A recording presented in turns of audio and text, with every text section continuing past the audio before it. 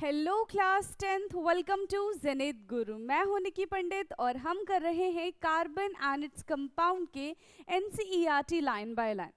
Okay, so this is our lecture number 4 जिसमें हम start करने वाले हैं ऑक्सीडेशन। ओके, लास्ट टाइम हमने कौन सी रिएक्शन देखी थी? कंबशन रिएक्शन देखी थी। सो ऑक्सीडेशन, पहले भी हम ऑक्सीडेशन रिएक्शन पढ़ चुके हैं चैप्टर 1 में। क्या होता है oxidation reaction? Addition of oxygen और removal of hydrogen is known as oxidation reaction, right? So, activity 4.5, take about 3 ml of ethanol in a test tube and warm it gently in a water bath. क्या करना है हमको? 3 ml ethanol ले लेना है। Ethanol का formula क्या होता है? C2H5OH। This is ethanol. तो 3 ml इथेनॉल लेंगे एक टेस्ट ट्यूब के अंदर, उसको वार्म करेंगे हम किस में रख के? वाटर बाथ में रख के। ठीक है। Add 5% solution of alkaline potassium पर मैग्नेट, यानी कि इसके अंदर हम एल्कलाइन KMnO4 ऐड कर देंगे। ठीक है। Add 5% solution of alkaline potassium permanganate drop by drop in this solution. Does the colour of potassium permanganate persist when it is added initially? Why does the color of potassium permanganate not disappear when excess is added? ठीक है। क्या किया है? सबसे पहले हमने एक beaker ले लिया है। बीकर में 3 ml हमने, बीकर नहीं टेस्ट ट्यूब लिया है। टेस्ट ट्यूब में 3 ml हमने इथेनॉल लिया, उसको हम जेंटली हीट करेंगे। ठीक है। फिर उसके बाद हमने उसके अंदर पोटाशियम परमैंगनेट डाल दिया।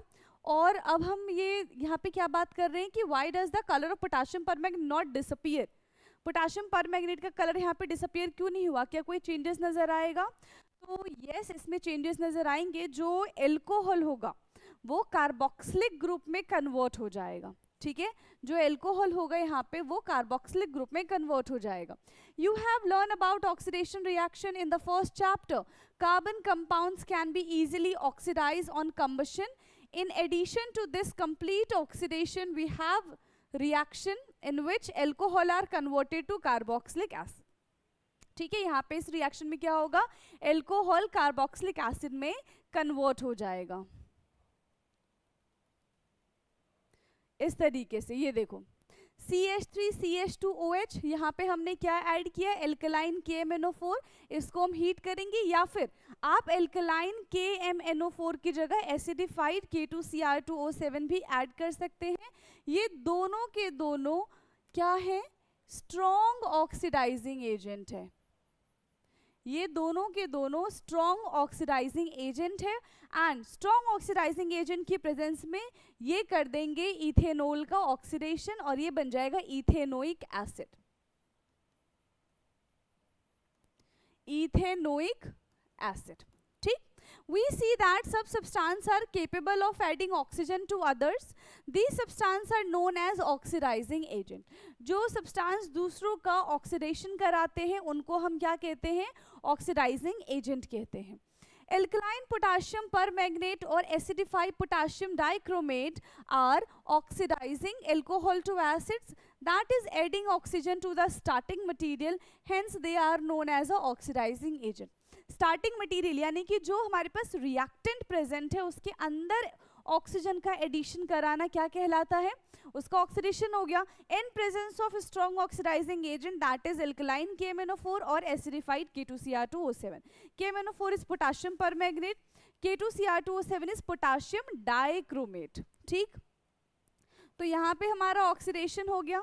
नाउ नेक्स्ट रिएक्शन है एडिशन रिएक्शन। नाम से क्या पता चल रहा है कि हम कुछ ना कुछ ऐड कर रहे हैं। हमेशा याद रखना कि एडिशन रिएक्शन हमें अनसैचुरेटेड कार्बन में देखने के लिए मिलता है। अब अनसैचुरेटेड कार्बन हम ऑलरेडी डिस्कस कर चुके हैं कि क्या होता है। जहाँ पे डबल बॉन्ड प्रेजेंट हो और ट्रिपल बॉन्ड प्रेजेंट हो that is called unsaturated hydrocarbon. So देखो, unsaturated hydrocarbon add hydrogen in presence of a catalyst such as palladium or a nickel to give a saturated hydrocarbon. Unsaturated hydrocarbon में जब हम hydrogen का addition कराते हैं and to make it saturated is known as addition reaction in presence of catalyst. किसकी presence में ये reaction हो रहा है? कैटलिस्ट की प्रेजेंस में ये रिएक्शन हो रहा है ना. What is catalyst? Which alter the rate of reaction. ठीक है, जो रेट ऑफ रिएक्शन को ऑल्टर कर देता है उसको हम कहते हैं कैटलिस्ट. वो इंक्रीज भी कर सकता है रेट ऑफ रिएक्शन को, वो डिक्रीज भी कर सकता है रेट ऑफ रिएक्शन को. एंड कभी कभी कोई एक ऐसी रिएक्शन होती है जो परफॉर्म नहीं होने वाली होती है, तो कैटलिस्ट क्या करता है, उसकी डायरेक्शन चेंज करके उसको भी परफॉर्म करा देता है. Okay. Catalysts are substances that cause the reactions to occur to proceed at the different rate without the reaction itself being affected. बिना रिएक्शन को अफेक्ट किए, बिना रिएक्शन में ऐड हुए, ये रेट ऑफ रिएक्शन को चेंज कर देता है. This reaction is commonly used in hydrogenations of vegetables oil using a nickel catalyst. ठीक है, 3 कैटलिस्ट यहाँ पे आपको देखने के लिए मिलेगा. एक होता है पलेडियम, एक होता है प्लैटिनम और एक है निकल. ठीक है, ये 3 कैटलिस्ट है. देखो, vegetables oil generally have a long unsaturated carbon chain while animal fat have saturated carbon chain. जो ऑयल्स वगैरह होते हैं, ठीक है, वो कैसे होते हैं, अनसैचुरेटेड हाइड्रोकार्बन्स होते हैं, लाइक दिस. ठीक है, इसको हमने क्या किया, इसमें हमने किसका रिएक्शन करा दिया, निकल एज अ कैटलिस्ट का रिएक्शन करा दिया 2 हाइड्रोजन के साथ.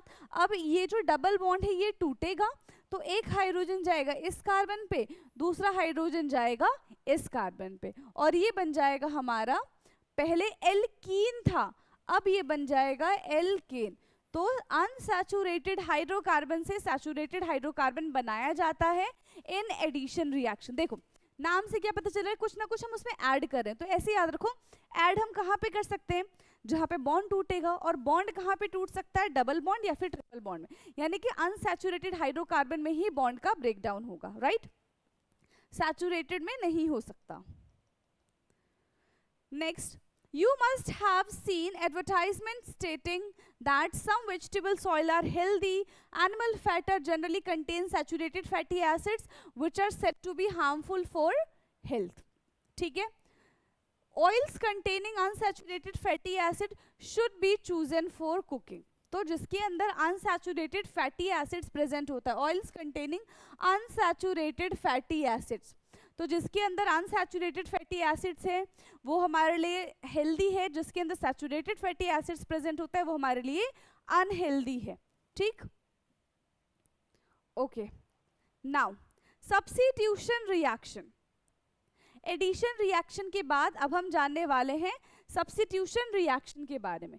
अब सब्स्टिट्यूशन रिएक्शन में हमको क्या पता चल रहा है कि एक की जगह पे कोई दूसरी चीज आ गई है, मतलब हमने उसको सब्स्टिट्यूट कर दिया, एक को हटा के उसकी जगह दूसरी चीज लेकर आए हैं. That is known as substitution reaction. तो यहाँ पे हम क्या करने वाले हैं, यहाँ पे क्या करने वाले हैं, सैचुरेटेड हाइड्रोकार्बन लेंगे, अनसैचुरेटेड नहीं लेंगे हम. So saturated hydrocarbon are fairly unreactive and are inert in presence of the most reagent. However, in the presence of sunlight, chlorine is added to the hydrocarbon in a very fast reaction. Chlorine can replace the hydrogen atom by one. तो हमारे पास देखो ये CH4 है, carbon के पास 4 hydrogen है, इसका reaction हमने कराया क्लोरीन के साथ. अब क्या होगा, हाइड्रोजन को रिप्लेस करके उसकी जगह क्लोरीन आ जाएगा. That is the substitution reaction, right. It is called a substitution reactions because one type of atom of a group of atom take place of the another. एक ही कंपाउंड का एक atom को हटा के उसकी जगह हम दूसरा एटम लेकर आ जाते हैं. A number of product are usually formed when the higher homologous of the alkane.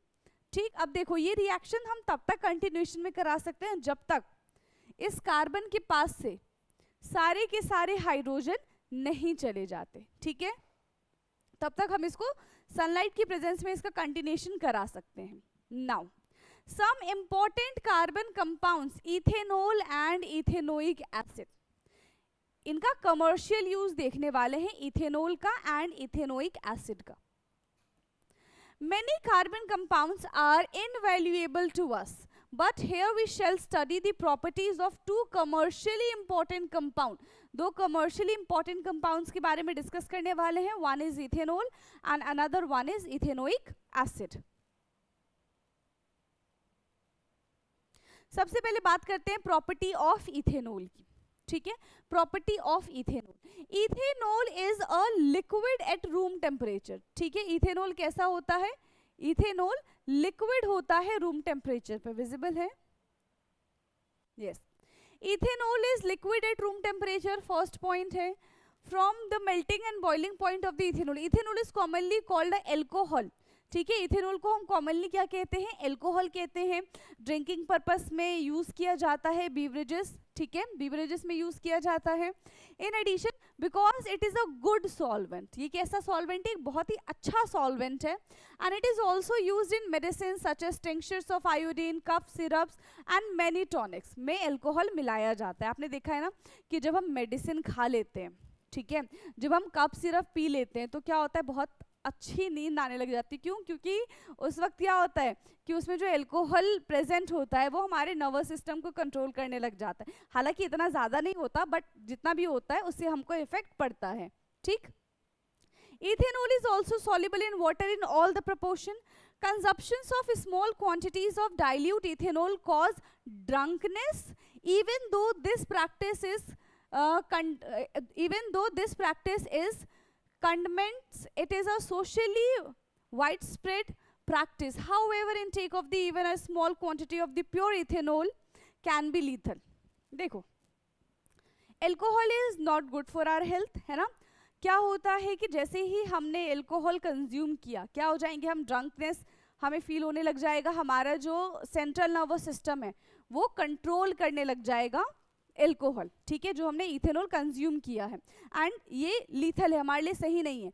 Long term consumption of the alcohol leads to many health problem, आपने देखा ही है कि कुछ ऐसे लोग होते हैं जो बहुत लंबे टाइम से ड्रिंक कर रहे हैं तो उनके ऑर्गन्स में प्रॉब्लम आना शुरू हो जाता है, उनका लिवर खराब होना शुरू हो जाता है, ठीक है।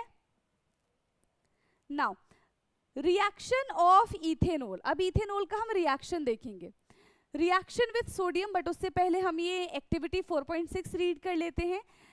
Teachers demonstrations, drop a small piece of sodium about the size of the couple of grains of rice into the ethanol, ठीक है, absolute alcohol, what do you observe, how will you test the gas evolution, तो क्या किया है हमने यहाँ पे, sodium, piece of sodium about the size of the couple of grains of rice, ठीक है, into इथेनॉल, इथेनॉल में हमको सोडियम ऐड कर देना है, ठीक है, इथेनॉल में जब हम सोडियम ऐड करेंगे तो वहां से हाइड्रोजन चला जाएगा और सोडियम आ जाएगा, ठीक है, तो ये क्या बन जाएगा हमारा, सोडियम इथेनोएट, है ना, यही बनेगा।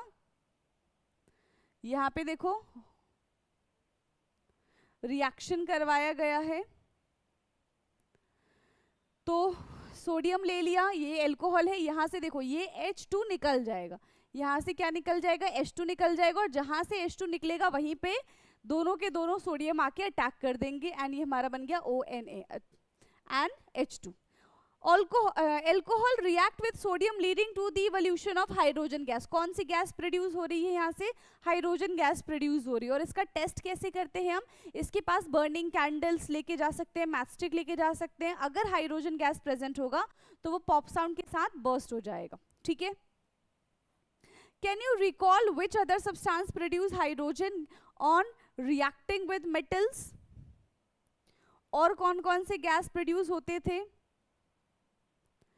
नाउ सेकेंड रिएक्शन है यहाँ पे, reaction to give unsaturated hydrocarbon heating ethanol at 443 Kelvin with excess concentrated sulfuric acid results in the dehydration of ethanol to give ethene।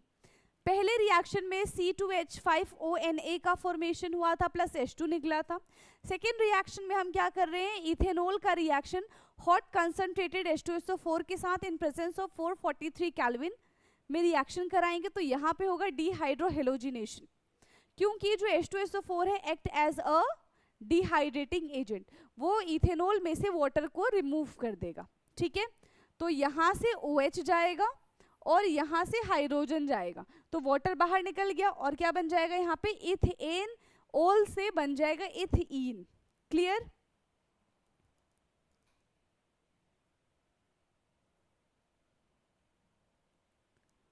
Now the concentrated The concentrated sulfuric acid can be regarded as a dehydrating agents which remove the water from the ethanol. यही बताया था, जो concentrated H2SO4 है वो किसकी तरह काम करेगा? It act as a dehydrating agent which remove water from alcohol. Now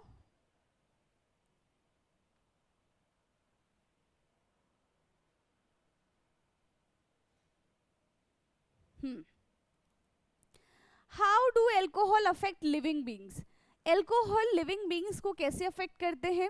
When a large quantity of ethanol are consumed, it tends to slow metabolic process. वो हमारा metabolic process को slow कर देता है and to depress the central nervous system.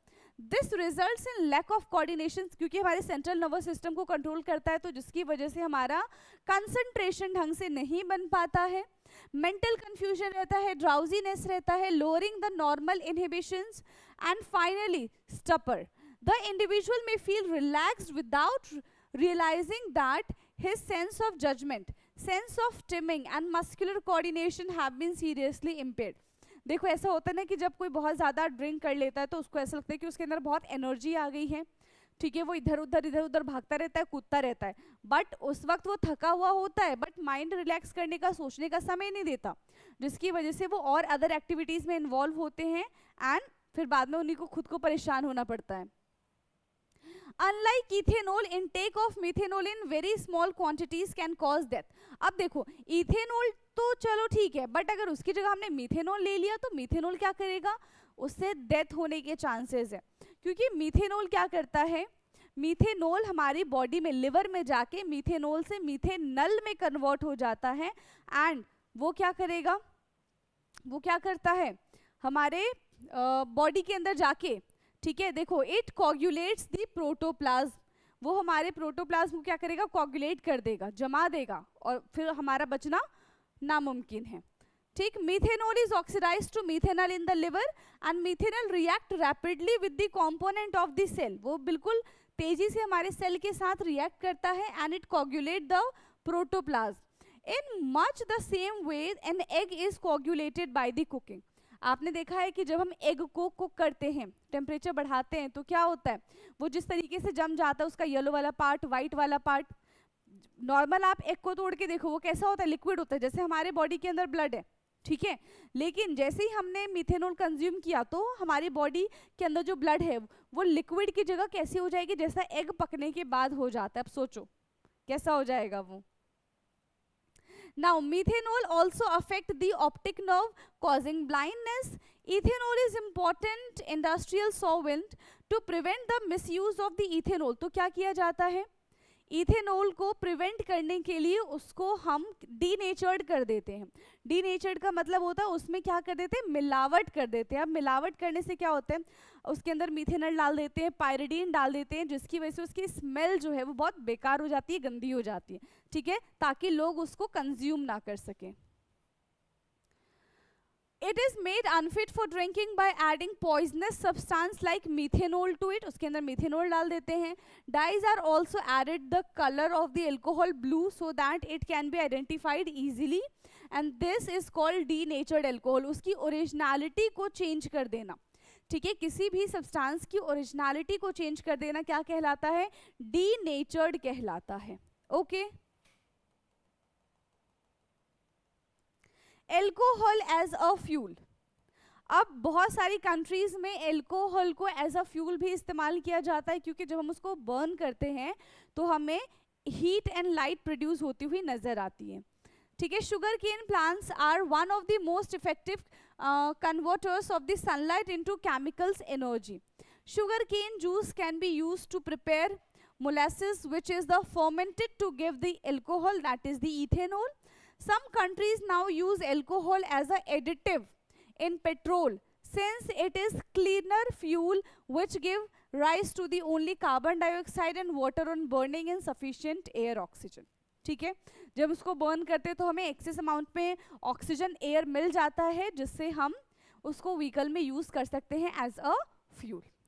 तो ये बात थी किसकी?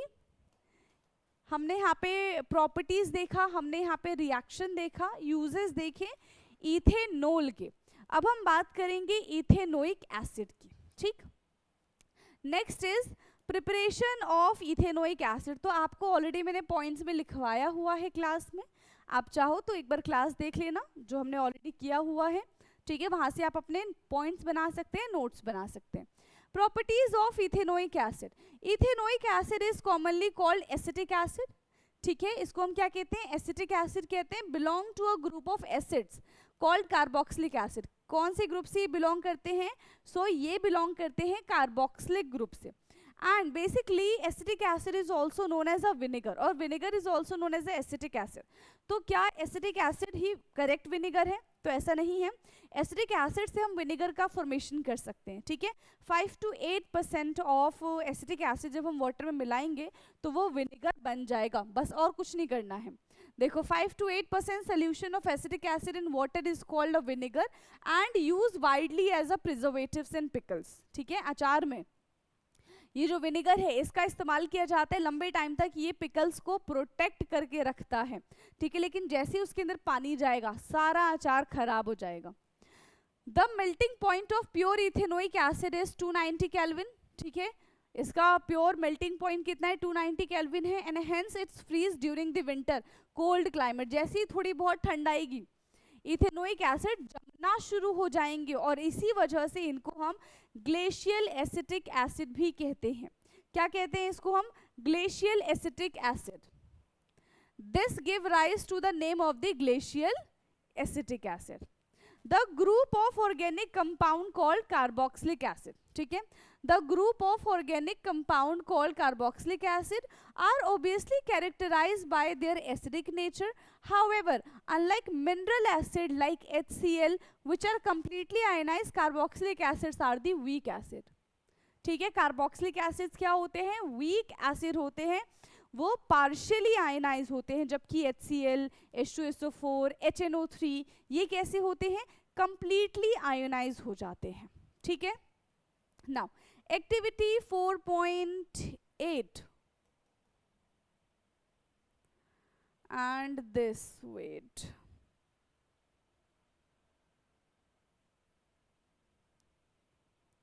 Four point 4.7, okay. सबसे पहले 4.7 को करेंगे हम। 4.7 है, compare the pH of dilute acetic acid and dilute hydrochloric acid using both litmus paper and universal indicator, ठीक है। लिटमस पेपर से भी हम चेक करेंगे एंड यूनिवर्सल इंडिकेटर से भी हम चेक करेंगे। तो क्या होगा, देखो एसिटिक एसिड जो है वो वीक एसिड की कैटेगरी में आएगा, एंड हाइड्रोक्लोरिक एसिड जो है वो स्ट्रॉन्ग एसिड की कैटेगरी में आएगा, right. Are both acid indicate by the litmus test, तो दोनों के दोनों तो एसिड ही है, एसिटिक एसिड एंड, हाँ, तो दोनों का टेस्ट हो सकता है। Does the universal indicator show them equally strong acids, no, क्योंकि वो दोनों इक्वली है ही नहीं ना, एक तो वीक एसिड है और एक स्ट्रॉन्ग एसिड है, ठीक है। एक वीक एसिड है और एक स्ट्रॉन्ग एसिड है। यहाँ पे क्या किया है, बर्नर है, बर्नर में हमने बीकर रख दिया, बीकर के अंदर पानी है, ठीक है, उसके अंदर हमने रखा है test tube containing reaction mixture. इसके अंदर रिएक्शन मिक्सचर है, किसका, इथेनोइक एसिड का। Formation of ester, okay, ester का फॉर्मेशन हो रहा है। कैसे ईस्टर का फॉर्मेशन होगा, ये देखो, उसके लिए हमको 4.8 पढ़ना पड़ेगा।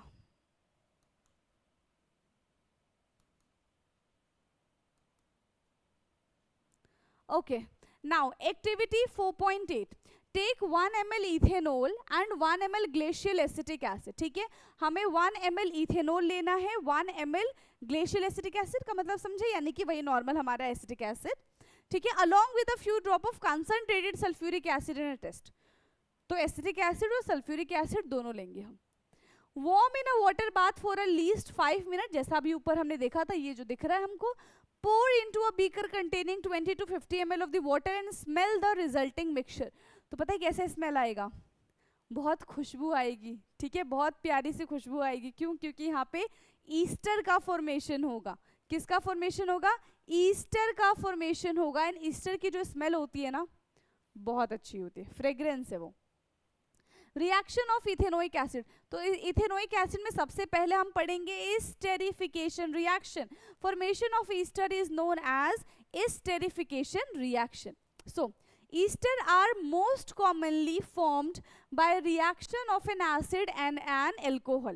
Ethanoic acid react with absolute ethanol in presence of an acid catalyzed to give an test. तो इथेनोइक एसिड का रिएक्शन जब हम इथेनॉल के साथ कराएंगे, ठीक है, इथेनोइक एसिड का रिएक्शन जब हम इथेनॉल के साथ कराएंगे इन प्रेजेंस ऑफ H2SO4, ठीक है, in presence of acid we can say, तो यहाँ पे क्या होगा, वाटर का रिमूवल होगा. यहाँ पे क्या होगा,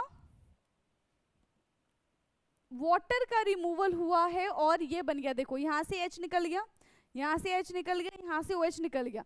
इस O से डायरेक्टली ये CH2 और CH3 जाके अटैच हो जाएगा and it will become Easter.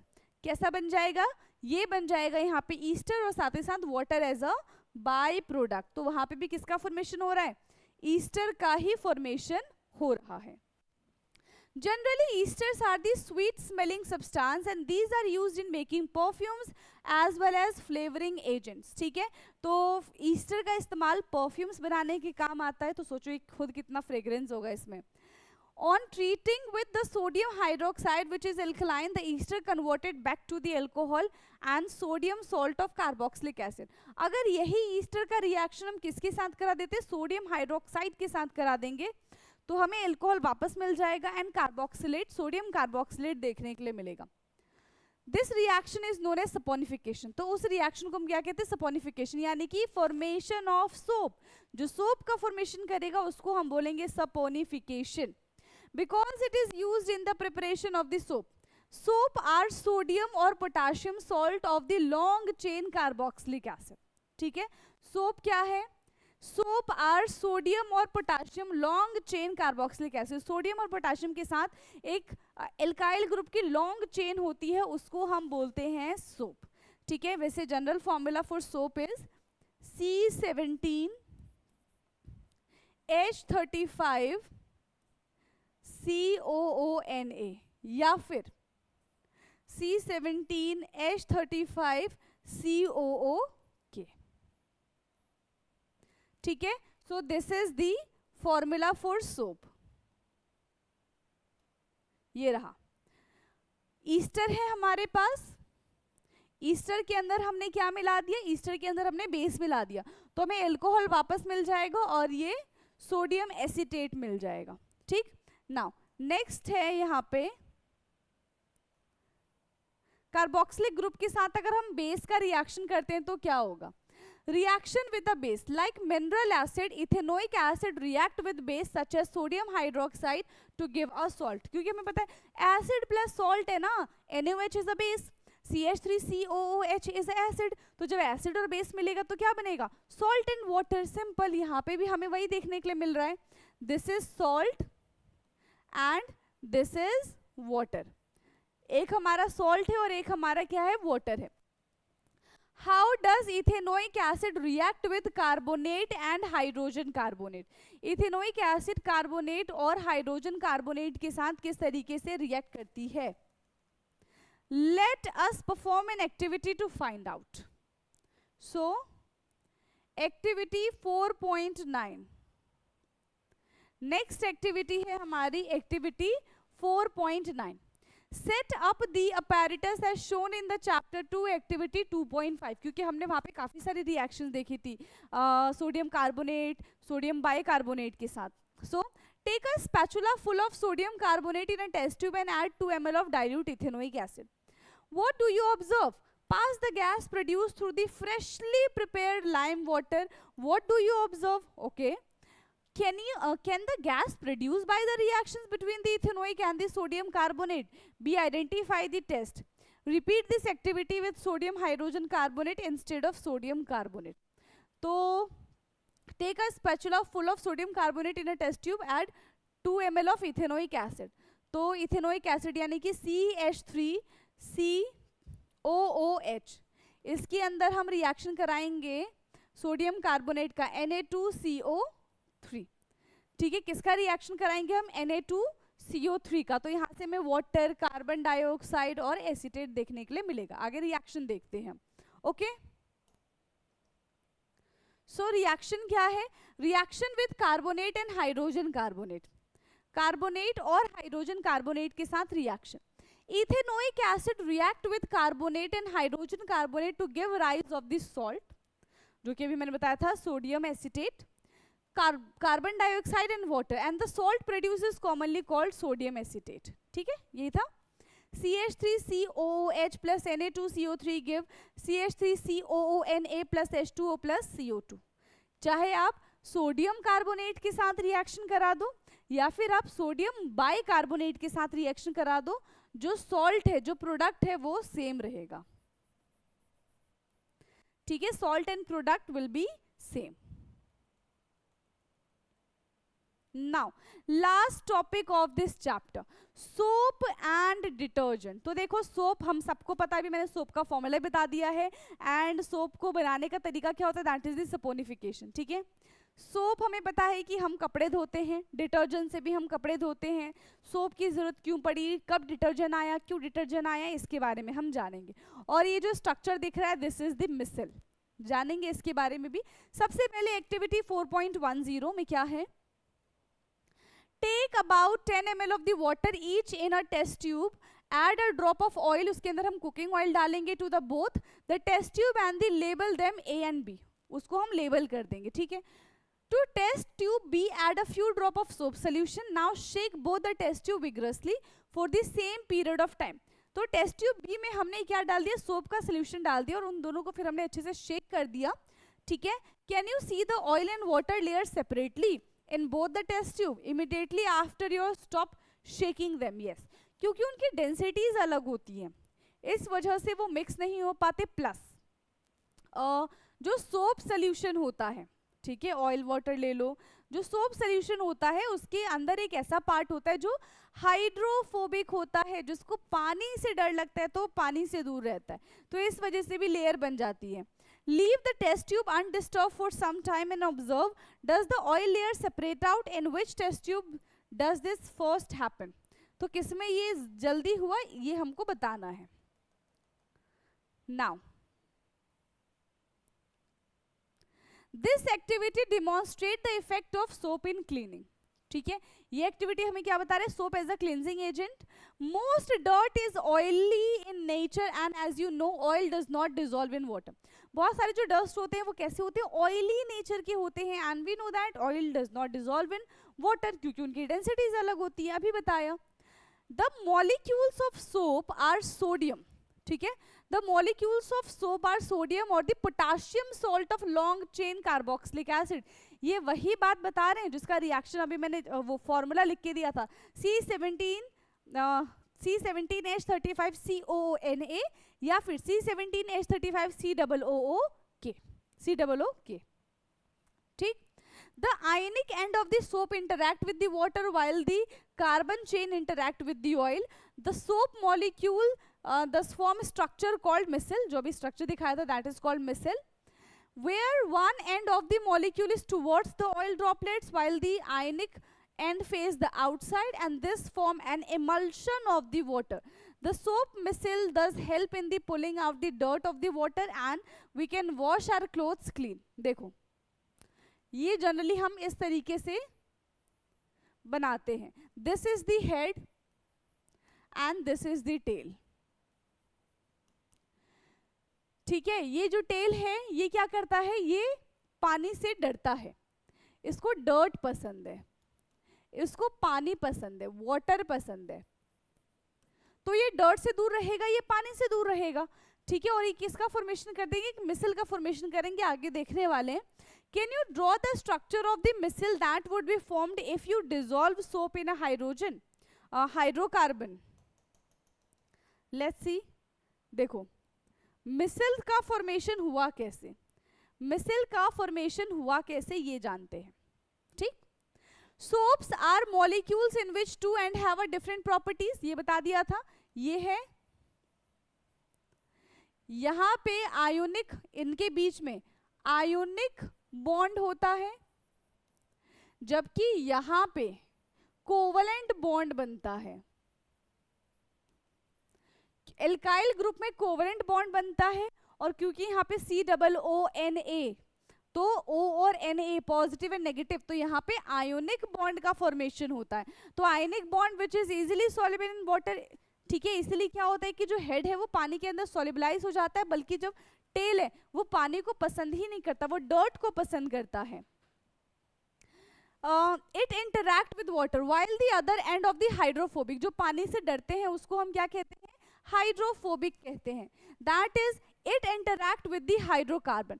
When soap is at surface of the water, the hydrophobic tail of the soap will not be soluble in water. ठीक है, वो क्या करेंगे, वो जल्दी से जाके डर्ट के अंदर घुस जाएंगे। Will not be soluble in water and the soap will align along the surface of the water with the ionic end in water and the hydrocarbon tail protruding out the water inside water. देखो ये है, यहाँ पे कोई dirt होगा, ठीक है, यहाँ पे कोई डर्ट होगा, यानी कि ये ऑयली पार्ट है।